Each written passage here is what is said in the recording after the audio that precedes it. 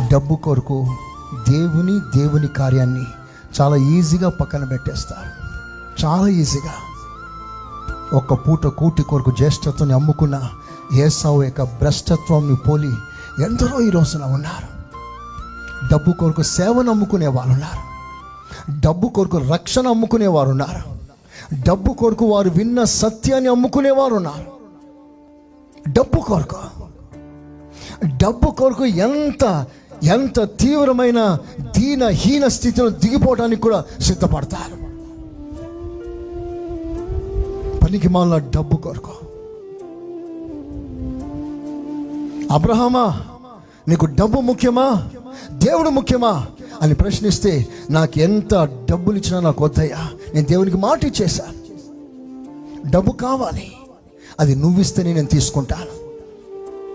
ఎంత నమ్మకమైన మనసు.